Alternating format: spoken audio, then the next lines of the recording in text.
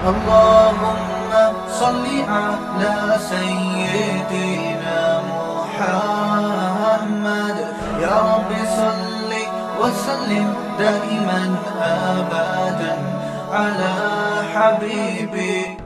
کیا محرم کو کچھ نہیں پکانا چاہیے نیاز کے لیے؟ یہ اہم مسئلہ ہے. نیاز ویاز کے لیے تو نہیں پکانا چاہیے، لیکن بس یہ آخری مسئلہ ہے یار، بہت ہو گیا. یہ بات یاد رکھیں کہ عاشورہ کے دن حدیث میں آتا ہے کہ دسترخوان کو وسیع کرو، یہ ایک روایت ہے. میں نے پچھلے سال اس مسئلے کی خوب تحقیق کی تھی، اس کا میں خلاصہ بیان کر رہا ہوں. عاشورہ کے دن دسترخوان وسیع کرنے کے بارے میں جتنی بھی حدیثیں ہیں، کوئی بھی صحیح حدیث بولو بھائی نہیں. پہلی بات تو یہ ہو گئی. دوسری بات یہ، اگرچہ صحیح حدیث نہیں ہے مگر کثرت طرق کی وجہ سے سندیں بہت ہیں، روایتیں بہت ہیں، تو جب ضعیف حدیث کی سندیں زیادہ ہوتی ہیں تو وہ درجہ حسن کو پہنچ جاتی ہے، قابل قبول بن جاتی ہے.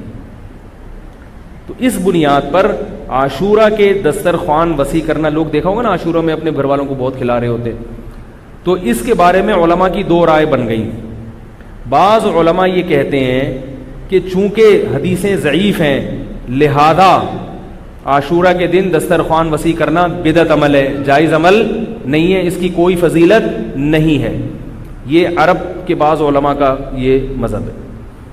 ہمارے جو بر صغیر کے زیادہ تر علماء، جن میں حضرت مفتی محمد تقی عثمانی صاحب دامت برکاتہم بھی ہے، جن کا علم ساری دنیا میں مسلم ہے، ہم ان کی خاک کے برابر بھی نہیں ہیں، ان کی رائے یہ ہے کہ علم حدیث کا اصول ہے کہ کثرت طرق کی وجہ سے یہ حدیثیں حسن کے درجے کو پہنچ گئی ہیں، لہذا عاشورہ کے دن کھانا کھلانا افضل عمل ہے.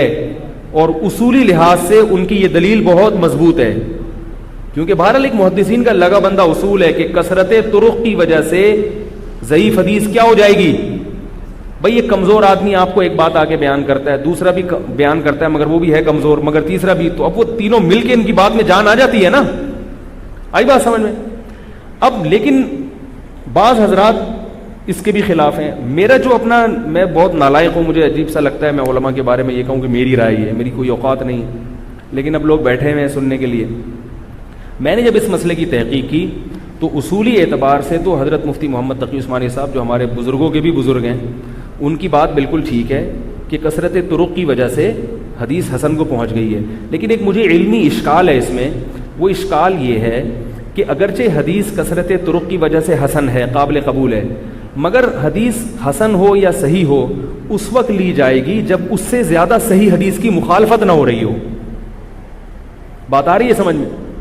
عاشورہ کے دن روزہ رکھنے والی جو حدیث ہے وہ متفق علیہ صحیح ہے، بخاری اور مسلم، اس کی سند بالکل بے غبار ہے. کھانا کھلانے والی حدیث پہ اشکالات ہیں.